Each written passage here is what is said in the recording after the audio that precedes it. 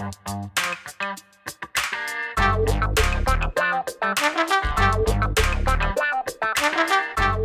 guys, Montel here, and thanks so much for tuning in to this edition of Let's Be Blunt with Montel. I'm really excited to have our guest on today. Our guest spent nearly 8 years in prison, in a maximum security prison, serving a life sentence without parole for a non-violent marijuana offense. He was sentenced under the 1994 Federal Crimes Bill 3 Strikes Law because of 2 previous non-violent convictions, which were later vacated. And on January 20th, 2021, he had through the hard work of a lot of individuals and organizations all over the country, he finally and fortunately received a grant of executive clemency from Donald Trump in his final days in office. Now he's out on 10 years of parole, and he's actually, reuniting with his loved ones and rebuilding his life and working hard to make a change. He's now a chief brand ambassador at 40 Tons, a Black female-owned premium cannabis clothing and accessories brand from LA, California. 40 Tons advocates for restorative justice, reduced sentences, and rehabilitation for nonviolent cannabis offenders. He now serves as an advisor to the Last Prisoner Project and the author of a 4-part memoir that's coming very soon called Look Into My Eyes, set for release later this year. Corvain Cooper, thanks so much for being a part of Let's Be Blunt with Montel today, sir. Thank you for being on the show. Thank you. You're a legend, man. I'm honored to be here. Oh, my friend, you will very quickly become a legend yourself. I think, being able to not only tell your story, but, show people the success that you are going to become. Right. Hey, I see somebody crawling in the background. Don't worry about it. You can walk. You don't have to crawl. Hey, so look, let's do something, man. A lot of people may know the end of your story, but let's go back to the beginning of your story.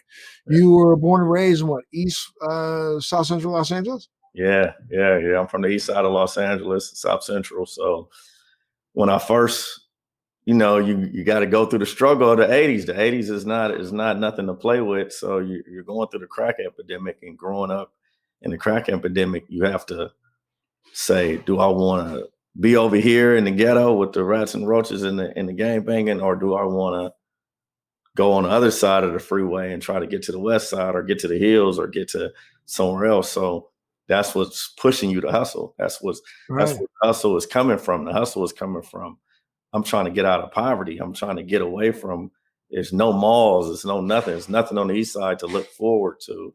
So I always got bused to, with my grandmother, rest in peace, working at board of education. I was always in the best of schools, and always in magnet program schools, and getting to see different stuff growing up. So by me getting to see different stuff growing up, I wanted more, so, right. Well, when you said that that's what draws you to the hustle. So when do you think, what age did you start your hustle? When did you get your hustle on? I want to say about 15, 16. About 15, 16 is where I said, you know what? I think I want more, it's cool that I'm getting this, or, because I'm getting allowance, and I'm getting, they used to call us poor rich kids on the east side, because my dad sold drugs, but I was still on the east side, but I was fresh, so, and I still got to do cool shit. So it was like, oh, they're poor rich kids. Like they're poor, but they do all the rich stuff. And then I got to, the Boys. I don't know if you know, it was a group called the Boys that I got to go on tour with them. Bilal was one of my best friends when I was young. So I got to experience like the entertainment side of life, and when they had their run, and, and stuff like that. So I got to go behind the scenes and be in videos and get to see the entertainment part. Then, my granny, rest in peace, she worked for Harrison Ford and Melissa Ford at the time, so I got to see that side of the world, where I got to go on Mulholland, and I got to see what's going on over there. You see what I'm saying? And I get to, if I would have kept all that memorabilia, I'd be rich today. You know what I mean? Sure, I had the Star Wars memorabilia, you know what I mean? Wow. So, so I got to experience that. And, so the different things that I got to experience opened my eyes to a broader view of, wait a minute, it's not just this east side. It is big houses and big things that you can get if you work hard for it. So the person that I looked up to that was working hard was my dad, and he hustled. So Was your dad hustling back then crack, or was he hustling back then cannabis? no, he was hustling crack, but I seen what crack did to my mother and what crack did to my community. So I was like, I don't want to sell crack, but I do want to hustle, because the hustlers is the only people we had to look up to on the east side. They were the ones who had the nice cars, and they were the ones who had all the things. So once I figured out what I wanted to do or how I wanted to hustle, I said, well, I don't see weed hurting anybody. I don't see, I can sell marijuana. Hmm. So and then I found out that you could take the marijuana out of town and get double. So I was like, hey, where do I sign? You know what I mean? Gotcha. So that's so about 15, 16, you started hustling some marijuana, right? Yeah, you double dabble with a dime here, 20, Sure. you're not doing a million. I mean, not until 2003 is where I really 2003, 2004 is where I really figure out the out of town. You know what I mean? You're just selling nickels and dimes when you're young and you think you're doing Sure. something, but you're really not. Right.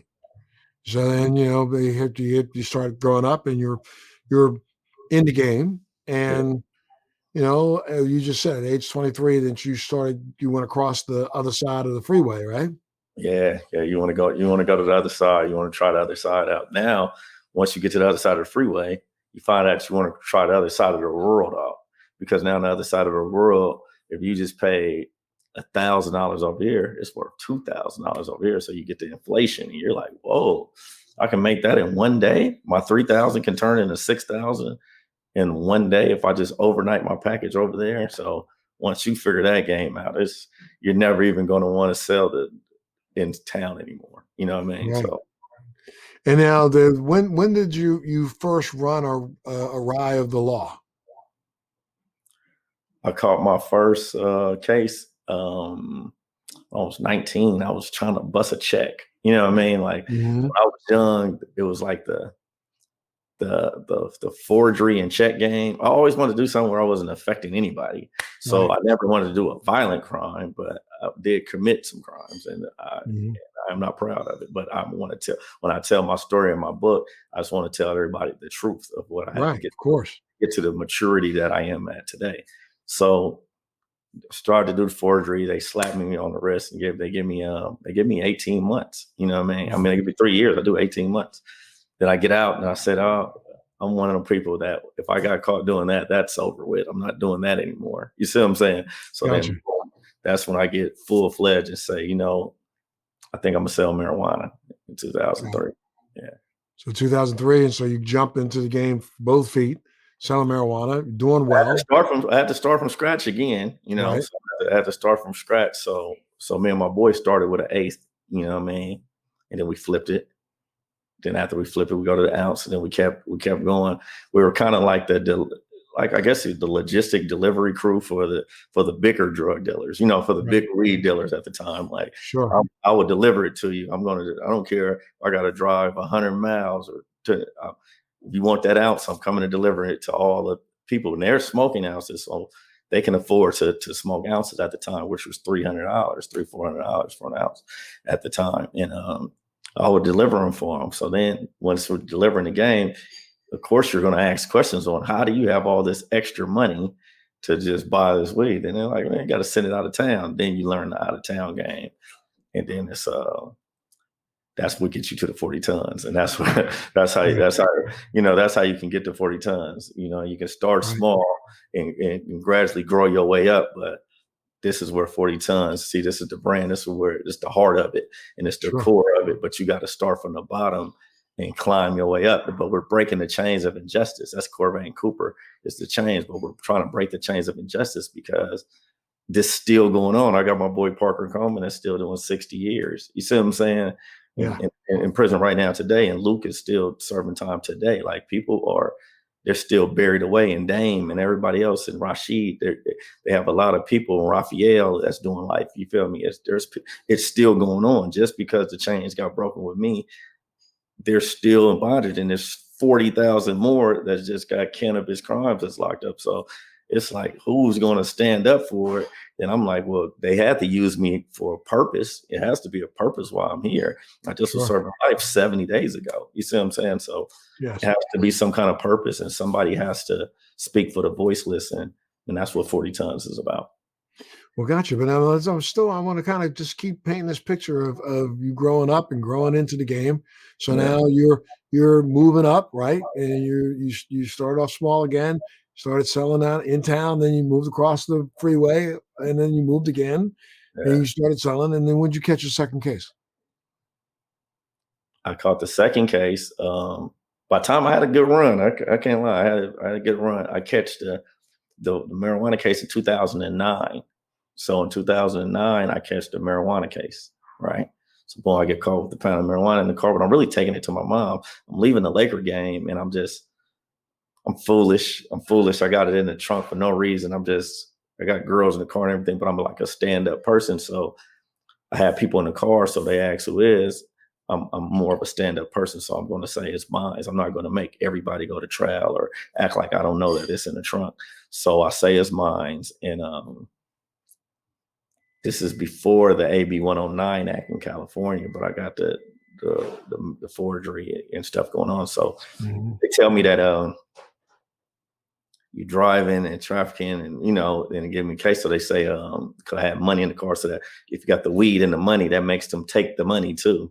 You feel what I'm Right, saying? So they say that the money came from the weed when the money didn't even come from the weed. But if you have right, money in your pocket, which I was spending at the game and spending it at the thing, it had nothing. I didn't sell that money to get that marijuana, but they put it all right. together, and I gone and pled guilty because I was guilty. You see what I'm saying? So Sure, I had to go sure. serve a year in prison. So boom, I turned myself in. I prolonged it to about 2011. I turned myself in 2011 just to do my time like a man. Before I turned myself in, I started my clothing store, SE Clothing, for my kids, so they can have something to look forward to, and so they can have so they can have a business, and so I can leave something behind for the year that I'm doing. Mhm, Oh, so I get out 2012. I think my past is behind me. I paid my mhm. debt to society like a man. I didn't run. I wouldn't turn myself into a level 3 penitentiary. And Let's talk about that for a little bit because now you're talking 2012. You get popped for having marijuana in your car, but back in 2012, the nation was starting to look at marijuana differently. Man, you're sitting in a cell, and I really wanted I want to get it from you. I mean, dude, on those nights when the bars close and you get ready to go to sleep, but you can't sleep because you're saying to yourself, "Damn it, I got busted for something that these other people are making money off of and making money legally. Why can't I make money legally?" not only that, I turned myself in July, and what really kicked me in the ass is that October 2011, California came out with an AB 109 Act where for all non-violent felons, you didn't have to go serve any more prison time. You would serve like maybe 3 or 4 months on house arrest or something like that. Like Right. they made it more, if I would have turned myself in 60 days later, you see what I'm saying? Right. So if I just would have, I turned myself in July, if I just would have waited August and September, the 1st of October, they started the AB 109 Act in California. So while I'm sitting there, this legal's already getting legal. And while weed is getting legal, uh, they're turning the corner on this AB 109 Act, and they just let out like 140,000 people. But They since I let had out 140,000 and put you in. and put me in, so that's hurting. But I'm still just doing my time like a man, like still planning. I'm planning. I'm strategizing. At the time, I came out with my own clothing line called Old Money is when I got out. So I continued my clothing thing, and I always was into clothes. So boom, I get out. I got Charles Barkley wearing it, Wale, Tiger, Faith Evans, everybody's wearing. I got all the barbershops. I get on the grind and really go hustle. I sold over 2,500 sweaters and hats singly hand out the trunk just when I first came home. So it's 2012. I'm pushing my brand. And 6 months passed by. I'm steadily pushing my brand. I'm steadily doing my thing, trying to build my thing. So they come back January 28th, 2013. Boom! I see the feds. I'm coming from the cleaners. I'm about to pick my daughters out the window. I'm finna go pick my daughter up, taking her drill team. and all the feds is outside. You see what I'm saying? When I'm backing out the driveway, all the feds is here. So I'm thinking I haven't been to, there's nothing for me to do. I'm not on a run, or I'm not looking over my shoulders or anything like that. Right. So they say about a case from Charlotte from 2004, you know what I mean, to now, you feel what I'm saying? They're saying that I've still sold it up to now, has just came on their table, and you're being indicted, and you're going to be expedited to Charlotte. Wait. Explain us. You were involved in a case in 2004? Remember, I told you that we started selling marijuana and started selling out of town in 2004. Right. But they got the conspiracy keep going, because remember, all that time we had sped up to having a good time, right? And we said the next time, because I hadn't gotten in trouble in 7 years. You see what I'm saying? So I didn't get back in trouble till 2009 when I got caught with the marijuana. And then in 2010, I got caught with a bottle of codeine. I left that out. So I got caught with a bottle of cough syrup in the car in 2010. Right. So now, boom, I served both times at the same time. So when I turned myself in, I said, well, kill both cases, kill the marijuana case and this was the worst thing that happened to me in my entire life, me doing this, because I could have beat the codeine case because it was my friend's mom's codeine that she left in the car and she had a prescription, but I didn't have time, which I thought I didn't have time. I had all the time in the world. I told them to just run both cases concurrent, because I'm not knowing this is going to bite me in the ass, because I don't plan on doing any more crime. So I don't want to go back and forth to court in the county jail that we have. It's very rough going back and forth to court. It's crazy that you want to be in prison, but LA County Jail is really like rough, and no food and cold water, and take a shot, eat the food out the shop. So you kind of want to get to the prison to get to the hot pot and just get it over with. So run the codeine thing concurrent. Now, guess what I have? I have 2 prior felony drug convictions. Wow. So now when they come on the 28th with the thing with the from 2004. With the 2004, because you got to be 5 years out of your statute of limitations. So when they come with that, I'm like, I'm thinking, first of all, I'm going to trial. You feel what I'm saying? Because I've never been to Charlotte, because they only mailed the weed. I never received any of the money from Charlotte, because I went to trial with Evelyn LaChapelle and Natalia Wade. You feel what I'm saying? So I never touched the money. I never touched the weed. I never been to Charlotte. You only have the 2 witnesses that's saying, which are criminals that's in jail, saying that I helped them sell the marijuana. That's the only evidence you have. And you have the actual detective that's on the case. That's actually the detective on the case, said he's never seen Mr. Cooper do anything. So please give me 12 in the box, please. You see what I'm saying? So right. I said, give me 12 in the box, give me Jeremiah Pierce, Evelyn LaChapelle, and Natalia Wade. They said the same thing. They want 12 in the box. We're in trial by October, so October we're in trial, and I'm thinking like, I think this is gonna be good, So I'm thinking like, there's no way in the world that you can convict us if you have nothing but he say and she say. But the feds is just a little different. He say, she say stands up in the feds. You feel what I'm saying? So even with the officers saying that, with us saying at closing arguments that these are just jailhouse snitches that are just trying to get a time cut, it's hard to get out of conspiracy. Is a whole nother book I'm trying to write. It's the web you can't get out of. You know what I mean? Like, as long as me and you talked on this phone and we had this conversation, and they can show me talking to Montel 5 times or 10 times, that they can show the jury, they can put together a case and saying, no matter what we were talking about. They don't have to show. They're just going to show my number. This is what they showed at my trial. My number and your number talking. They don't know what those conversations about, but they're going to paint this picture to the jury on what they want the picture to be painted. You see what I'm saying? So, and they did it to my boy Jimmy Rollins too. Shout out to Jimmy Rollins. He just got out in clemency with us too, and he had the same kind of case as me. But it's just, they do it to everybody, and they have tons of people buried away in there.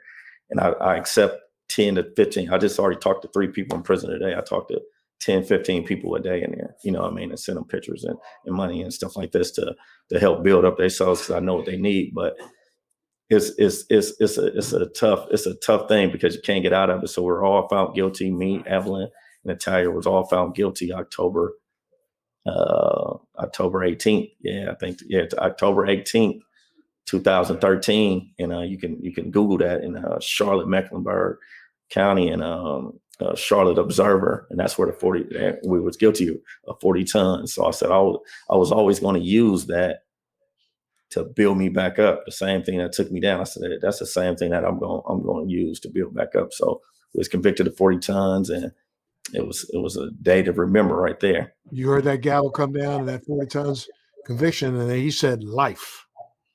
Without the possibility of parole. So it's not just Excuse life. me, wait. Excuse me, my friend. You're deceased. You see what I'm saying? Like, were you in the courtroom when they said that? Yeah. And so you're looking across this table at this judge who says, who said it was without the possibility of parole. Bang. Then he says it's hard on the court. It's hard on the court for me to do this. You know what I mean? Like, to give a 34-year-old man life without the possibility of parole. That's exactly the words he said. Wow. You know, and I mean, okay, so in your heart, in your throat, in your chest, what happened? I said, I never inhaled it. You see what I'm saying? I never inhaled it, and I never believed in it. You feel me? Because they say once you inhale it and once you believe in it, then that's what it is. You see what I'm saying? So by me never inhaling it and never believing in it, I said, you know what? I don't got no life. I'm getting out. Now, mind me, okay. So we hired Patrick McGurl. You know, this is my appeal attorney. You know what I mean? So it's my boy, it's my appeal attorney. It's family now. You feel what I'm saying? It's family to this day, but at this present time, it's just somebody that we hired. You feel me? But so we go to the direct appeal. We get shot. He represents me on my sentencing too. And we go to direct appeal. Boom, we get shot down. We sentencing is boom, boom, boom. So now it was $25,000 for the direct appeal and sentencing. But now we've ran out of money. You know what I mean? We don't have any money. Right. You know what I mean? So it's like, damn, what do we do now? He's like, no, I'm still gonna fight for you. You see what I'm saying? I'm doing this pro bono. Your life is parallel to me. I got 2 daughters. You got 2 daughters. Me and him was the same age. He can see. He read the case and he can see what's going on. So he's like, I'm getting you back home to your family. You know what I mean? So, boom. We go through the 25, the 225 motion. Boom, they get shot down. Now, 2016, the laws changed. I mean, but we try to go to the Obama administration for the clemency. We get shot down there. Boom. And when they shoot you down, I mean, I'm trying to make the sense of this in my brain, my brother. Yeah. You know, and I can't. I'm trying to make sense of the fact that now you're talking 2013, 2014. There are states, I think at that point in time, we probably have 13, 14 states that have already now legalized marijuana for sale and medicinally, distribution and growing. You have, you know, statewide programs that are burgeoning across the country. There are people trying to invest, you know, money from around the world in cannabis, and you are sitting in prison for cannabis. It's on a stock market, man. They're making billions. It's on a stock market. Don't leave that out. You know what I mean? It's on the stock market. You know, so when all this is going on, that's what you're thinking in your head, but that's giving you hope too. You know what I mean? So it's giving you a little hope, but that's why I'm here to say, like, it's still going on today. It hasn't stopped. You see what I'm saying? Like, there's people are still buried away. So now I'm mashing the gas. Boom, it's 2016. Now I'm the campaign for Prop 64 in California. I'm on front of newspapers all around California in Orange County. So boom, they didn't interview my mom. Boom, so everybody's hamped up. I'm going to get the Prop 64 off my jacket from the marijuana, because they used that same case in Beverly Hills. I got pulled over. They used that same thing at my trial, because that's the only weed I've ever got caught with in my life. So they brought that I already served my. Remember, rewind the story that I served my time like a man. It's really like double jeopardy, because it's like they charged me for it again in this case, since they didn't actually have any marijuana. They used that in some pay records or something that I had in the car to say that had something to do with the conspiracy, which it didn't. So now I get that off the jacket. I get the Prop 64 and I get Prop 47. My boy Turk in jail puts me on the Prop 47. So now those are both officially off of my record. All we're asking the court in the Supreme Court is just let me get resentenced. Let me get resentenced. If you resentence Corvain Cooper today, you couldn't give me no more than 10 years. Right. You know, so we just want to get resentenced. That's why I know that I'm here for like a reason, because we went all the way to the Supreme Court and that got shut down. Because if I get the 10 years, people get 10 years all the time and get out every day. So there's no hula about it. You know what I mean? There's no stage for it. There's no platform for it. So that's why I'm like, God did this for a reason. You see what I'm saying? It's the whole reason behind it. But I wonder, I mean, what was the reason why the court denied you? Well, first off, if they went ahead and expunged your record, not expunged, but they literally took those 2 convictions off of your record, then you were no longer a 30-time felon. So therefore, they should have just convicted you for the first felony, if in fact they were going to convict you at all. The federal level wasn't acknowledging it. You know what I mean? So we went all the way to the Supreme Court and they didn't acknowledge that. You know, so they were saying that was a state that during the time of your arrest, you had that, and that's what it is. Like it didn't make any sense, but that's what they were telling us. So now we said, I got with my attorney. He said, we're gonna go through Trump. It's 2016. He said, we're gonna go through Trump. We're gonna get a change.org started. And he wrote a beautiful one, and you got to read it when you have time. And he wrote it and said, I'm gonna ask Trump. I'm gonna ask Trump to do this. You know what I mean? I'm not. Just tell me what you thought when he said that to you. I'm gonna ask Trump, especially when you knew who Trump is and you know who he is. Right, but I was saying, huh? Because and it's crazy because people thought I was crazy because I was like, man, Trump the one gonna do it because Trump's unpredictable. You know what I mean? I said Trump's unpredictable. He hates people that crosses other people. Like he hates snitches and people that cross you. Like that's his number one thing that he hates. So I was like, okay, I got a plus there. He has daughters, I got daughters, and you don't never know what Trump's gonna do. You see what I'm saying? So I was like, I said, let's go. So he writes it out. He sends it to me. I'm in the cell. I cry. I say, damn, this is beautiful. I say, I think this is the one. The way he wrote it up and the way he was asking, I said, I think this is the one. And I stood on it. When we first dropped it, we got about 50,000 signatures right off the bat. You know what I mean? Like in the first 2 weeks on change.org. So when we're going through the whole thing, we went and I said, all right, we need to put more. So I started telling all my different groups, you know what I mean? I gave it to LPP. I gave it to Sherry Sakar. I gave it to Buried Alive Project with Brittany K. Barnett. I just gave it to everybody. Freedom Grove. I gave it to everybody that said, let's get more SIGs. Let's get more SIGs. Let's push it out there. Let's pump it out there. Can Do Foundation. So when I put it out there, it just goes. It's starting to build up. It's like, boom, I'm getting the momentum. I said, okay, that's cool. But years have passed. It's 2017. Trump's going through his first impeachment. You see what I'm saying? So I'm like, damn, 17, 18, now he's in trouble. You see what I'm saying? And they're investigating him. But now, okay, to speed it up a little more, as I gain more momentum, now we're getting towards the end. It's 2019. It's 2020. You see what I'm saying? Like, now the walls are really closing. Then I get the BET documentary where Nas puts up the money, and then Eric and Rob Gomes produce it, and I do the Smoke documentary on BET, which was pivotal. You feel what I'm saying? Which I getting a lot of traction now. Alice Johnson is on board. You know what I mean? And Alice Johnson is in the Trump. Her and Trump is like this. Trump gave her the ticket to say, it's who you would like out. You see what I'm saying? And he promoted her tour during the Super Bowl and all that. So now she's writing letters. So now everybody's on board. So I'm thinking I can't really lose now. I'm coming from every angle now. So how many signatures were in support of you being released? I would say about 7 to 8 organizations. But I mean, how many individuals signed on, do you think? Do you know the number? Did you ever get a number? The total thing, 152,000 signatures. Wow. Yeah, I got 152,000 on my change.org. And as things are progressing and things are going on, it's closing in. They're trying to impeach him again. You know what I mean? Like he's lost the race and he's going through an election fraud.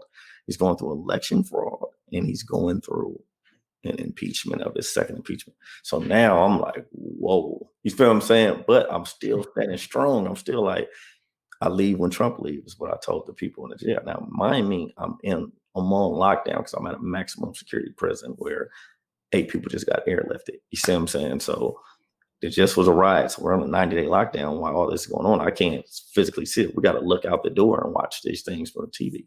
So now we're into the last week. You feel what I'm saying? The last 2 weeks, it's closing in. You're like, whoo, you got to do a lot of push-ups to stay firm, because if you don't get this lottery ticket, then you got to wait on Biden.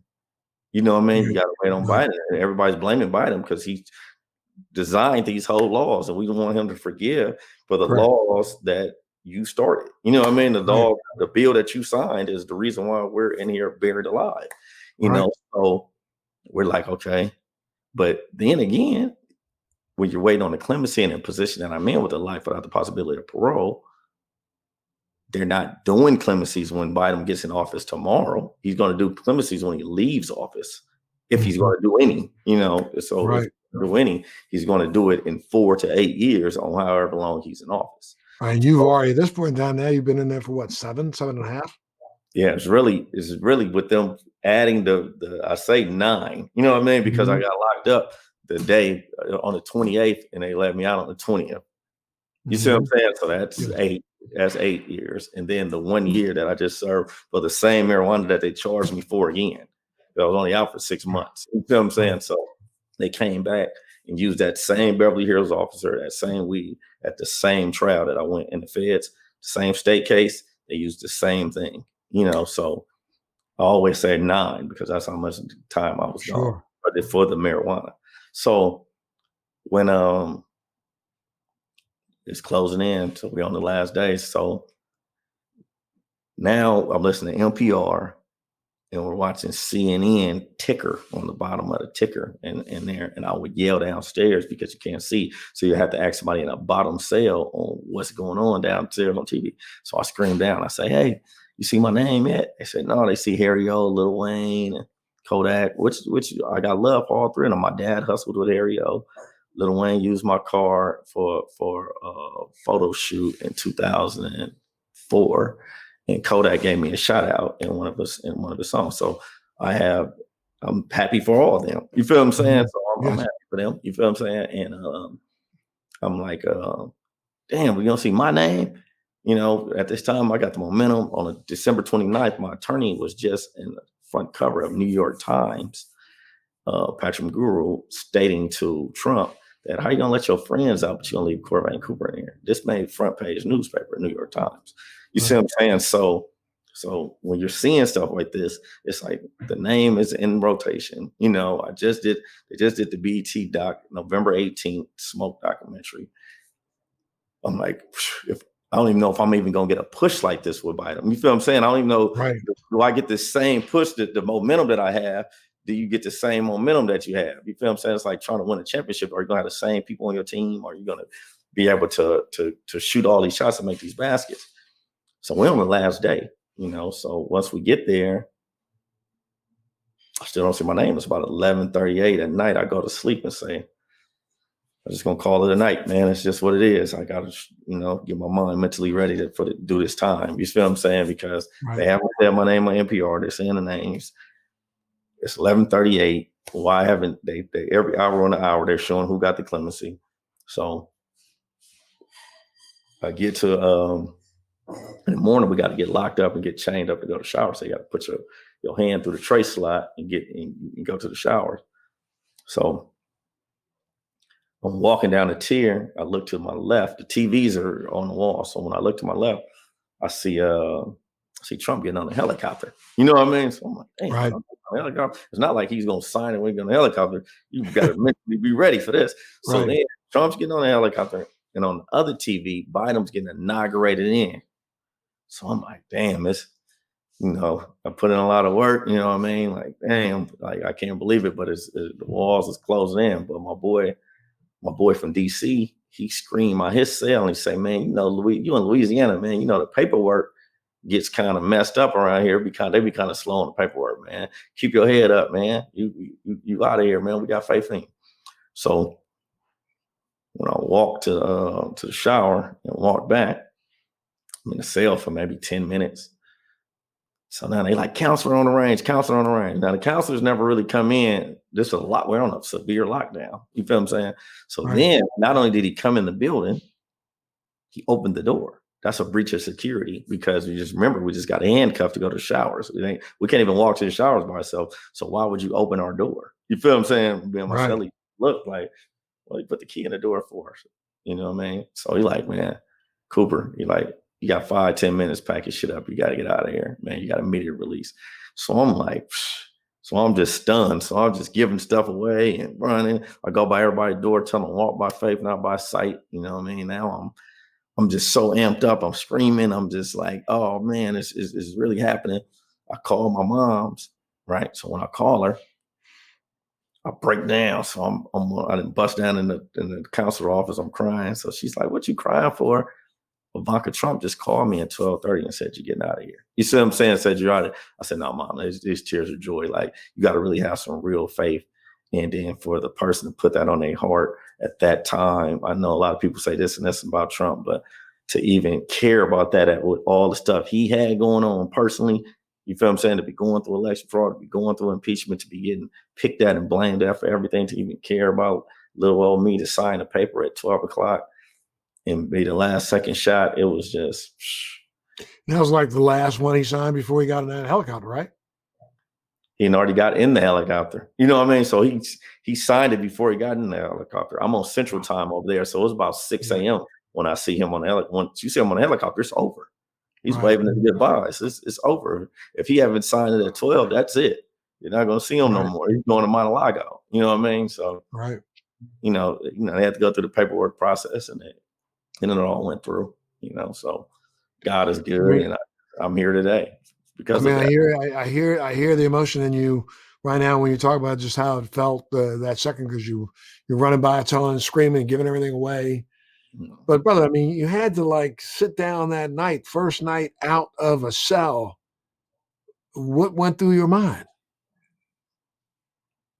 Like, it's like you got to touch yourself to see if you're dreaming. You know what I mean? Like, you're like, boom. And then when I first see my kids, it's like, I've been on lockdown. You know what I mean? Like, I haven't even been on my cell for more than a month.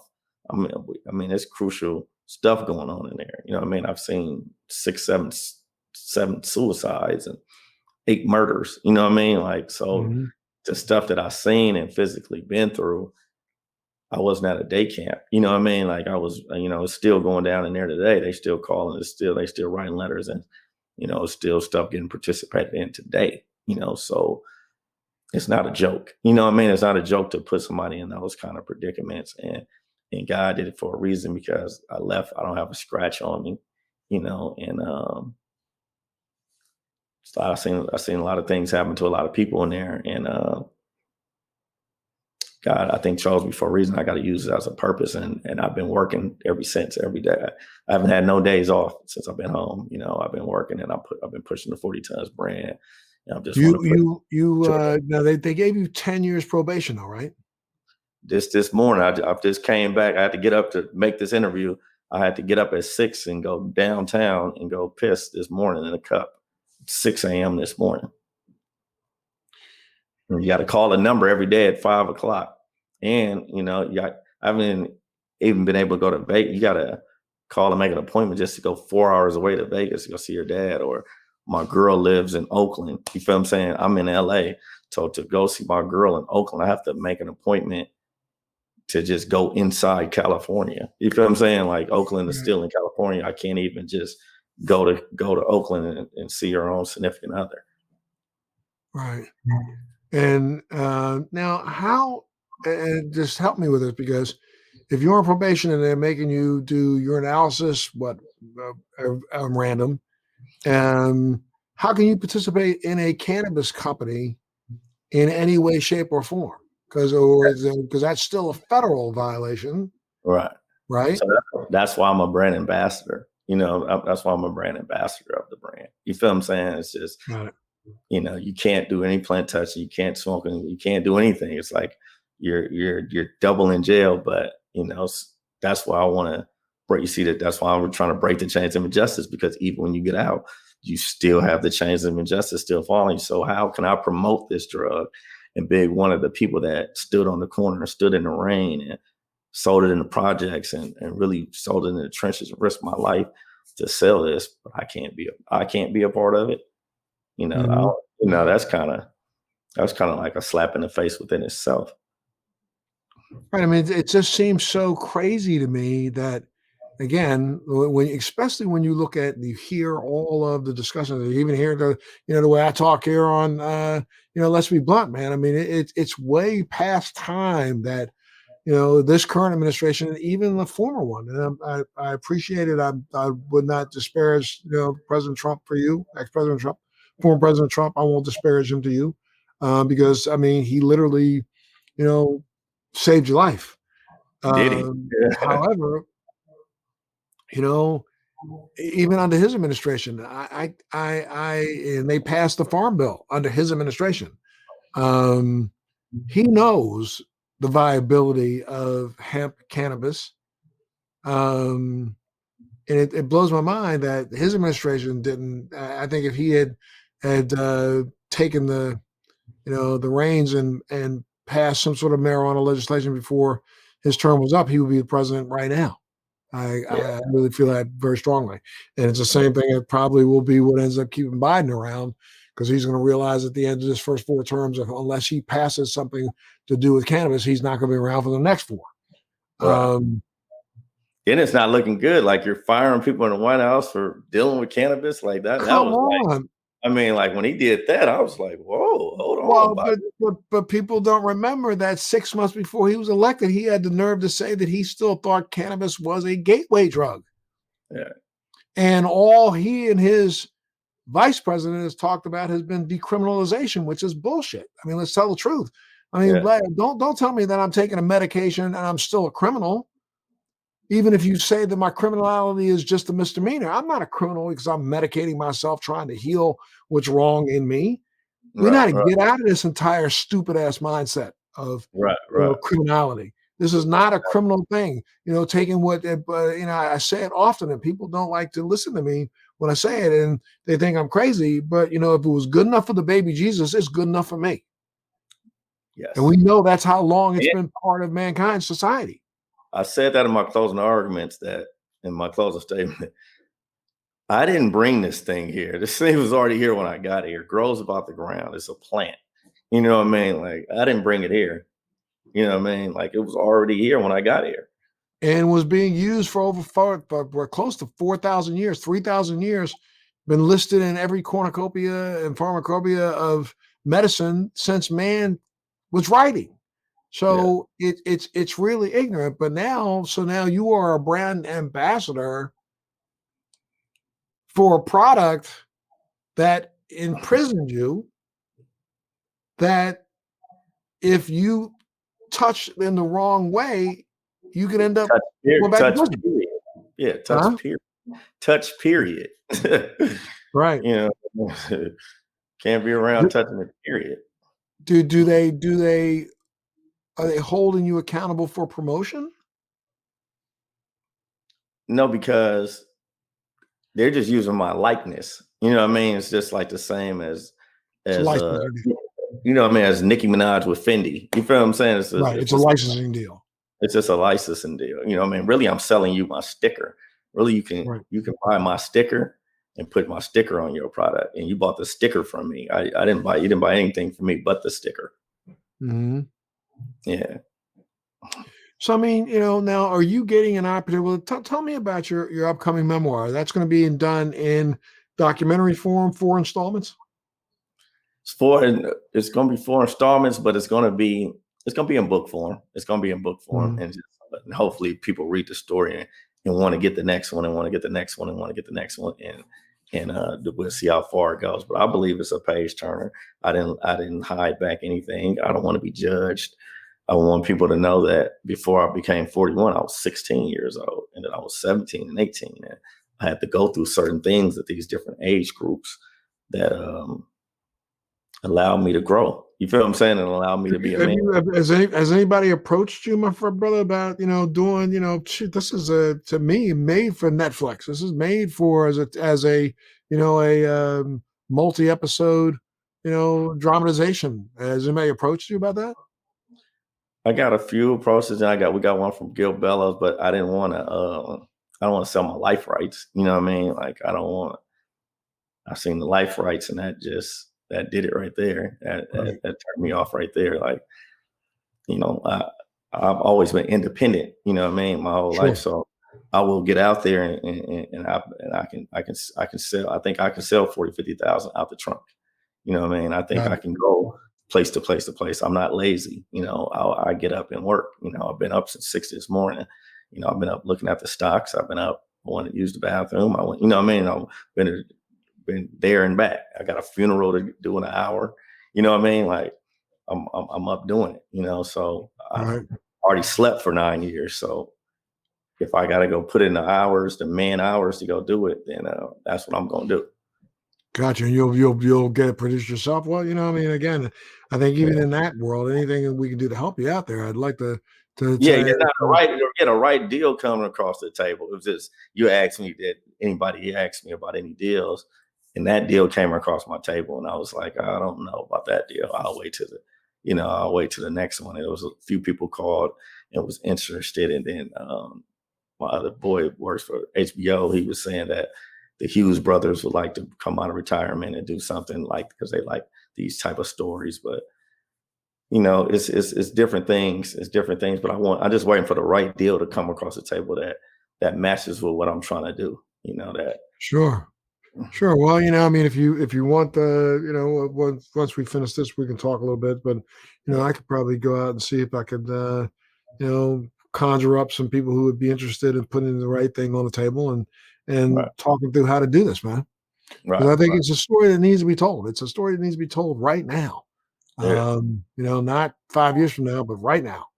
And I mean, there's so much more that I think you can do, especially for so many other brothers who are people who are stuck and incarcerated right now, just giving them the hope to think that, again, it happened.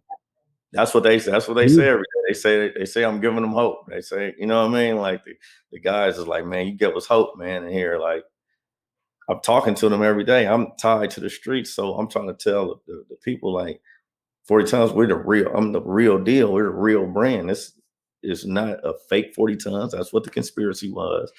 I'm not fake. You know what I mean? My co-defendants are fake. You feel what I'm saying? And we all stood up for this. And it's like, I was saying on a different podcast the other day, like if every dispensary only gave out $100, you know what I mean? Just $100, right? That's $70,000 a month. That's just in California, but it's dispensaries around the world. So it's $840,000 a year, right? So if you did that and had something for the cannabis prisoners to come home the same way that the veterans and everybody else need stuff to come home, medical and dental and all other things that's needed when you come home into your re-entry, then we wouldn't have to go fund me, or we wouldn't have to go this route, or we wouldn't have to do this, because we could go to our cannabis community and that'll already be there for us.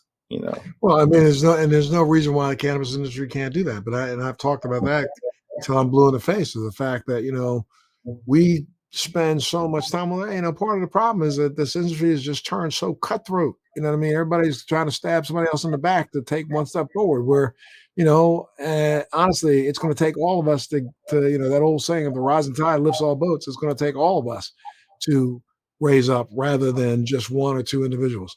I mean, so where do you think the cannabis industry is going to go over the next couple of years, my friend? I think it's going legal, and I think it's the next biggest thing. I think I think it has the greatest future. You feel what I'm saying? Even when you look at the sweater, it's not just for Corvain Cooper. It's the cannabis is passed, and it's the future of cannabis. You feel what I'm saying? And the change is going to break for the prohibition of cannabis. And I think cannabis is the next biggest thing. You know what I mean? I think it's going to be worldwide. In the next 5 years, I really believe that it's going to be bigger than cigarettes and bigger than anything else. I think it's going to be the biggest thing that ever happened. Well, and I mean, a lot of people don't recognize the fact that at one point in time in the world, it was one of the biggest things ever. I mean, when you go back, couple hundred years, and then you go back to our founding fathers, forefathers. All of them grew hemp. All of them kicked back at the end of the evening and probably smoked the hemp cigarette. They weren't calling it marijuana back then, but it was a cannabis cigarette. They were doing it. And they recognized its viability. Times were tough, man. You needed something to get through all those tough times, right? Exactly. It helps more people than it hurts, man. It's really something that really helps people. And what kind of, we were talking about 40 tons there for a second. What other things does 40 tons offer? What other services do you provide? We're about to start the letter writing program, but we're getting our accessories built up. Like this week, we're doing the executive clemency is better than the lottery. We just trademarked that. So I said that at the airport when I first got out. So that's trademarked. Executive clemency is better than the lottery. So we're gonna have the T-shirts, then the hats to sell. Then we're gonna have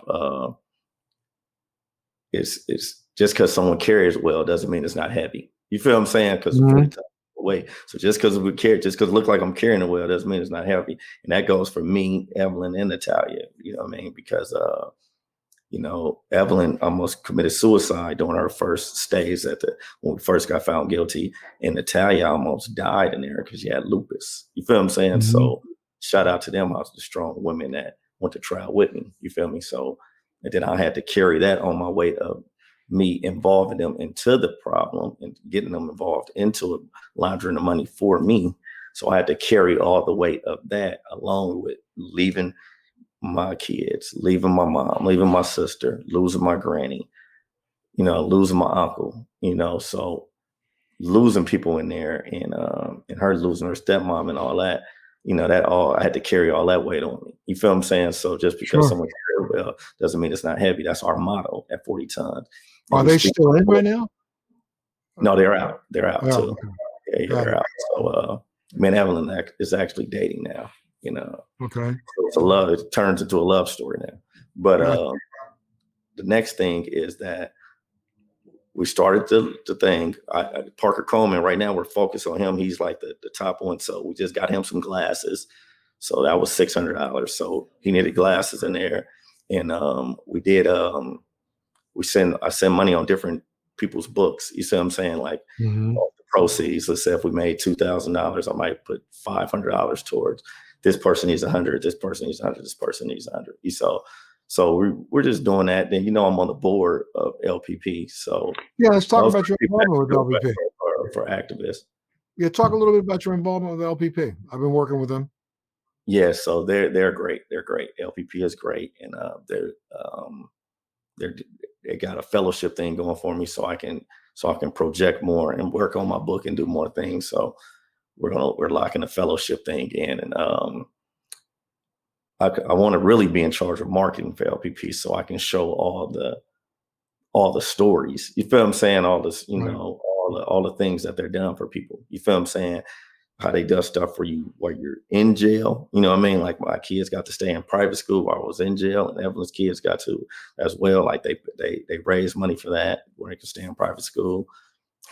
As their reentry, Evelyn is in charge of reentry, and they made sure immediately that you have a place to live. You feel what I'm saying? And immediately when you come out, so they bring so much awareness. And so, Michael Thompson raised over $250,000 on his GoFundMe, right? But that all stemmed from LPP and steering him to Sean King and all the people that you're just always one tweet away. You feel what I'm saying? We work pretty hard. I mean, my group worked pretty hard for Michael, to get him out. I was like, I was shocked when we sent a letter to the Attorney General, and the Attorney General actually answered us and acknowledged the fact that he needed to get out. Right. So I think we all got to keep doing everything we can. Right. So it all stems from hand to hand to hand to hand. So I was telling the dispensaries on 420 because I had raised like 15,000 on my GoFundMe, but I live in California, so 15,000 is like $5 in California. It's just like $5 for gas money out here. You know what I mean? And like the food and the inflation is crazy. Like it's $11 for a burrito now. So it's really serious out here. So I was telling the dispensaries, like, do y'all think y'all can help me out? And I told my publicist Zoe, like, do you think that the dispensaries can put my SKU on 420, and if someone buys something, then they can donate to the GoFundMe. You know what I mean? And maybe raise more money. Because I said, if I work at Walmart and I work at Target or Taco Bell are the jobs that they're offering me, then I can't do this every day. I can't push the message out. I can't get the book out. I can't do both, so I can't take care of 2 kids and what's called. So that's what my reentry for. And that's what I got to GoFundMe for. So I can keep doing the work that needs to really be done. You know what I mean? The real work needs to be done, because people need to know that all this stuff is still going on, that people are still buried alive in jail. And I guess it's part of your probation that you have to get a job, right? So you have to get a job. You feel what I'm saying? So it's like, right. But if I guess you have to GoFundMe and you have a fellowship with LPP, then you can get a pass. You know what I mean? But you have to show how my bill, you stay here, but how your bill's getting paid. You feel what I'm saying? How are you driving the car? Are you putting gas in the car? You have to state everything that you're doing. So that's why I'm like, okay, I need enough on my GoFundMe so I can say, hey, I'm focused on my book. This is my GoFundMe, and I work for LPP, and here's my fellowship. You feel what I'm saying? So absolutely. Well, look, brother, I got to tell you something. This podcast went by so quickly. I don't have as much time as I wish I had, that we could just keep chatting and keep talking. But what I want to do is I want you to know that you have a home here. Anytime you want to come back, you have a home here on Let's Be Blunt with Montel. And we should chop it up some more, and really, really chop it up some more, so that people understand, what you went through, understand that there's 40,000 plus people still going through what you went through, nonviolent cannabis offenses that should be let out and should be allowed to become good contributing members of society again. I mean, one thing I know that you said, and maybe you can just speak to it again, and I don't say it to you, to make you think that you got to validate, but you learn your lesson, right? And now all that you were doing, which was illegal, is now legal. So therefore, why not just let you be a legal representative of a business that could make you money? I ask myself that question every morning when I get up, and then when you pick your people up from the airport, right? I pick people up from the airport, and welcome to California, and cannabis sold here, and that there's billboards everywhere. Like, that's soon. They haven't even got off the plane for 5 minutes. Mm-hmm. You know what I mean? Like, and and all these companies, they have these billboards.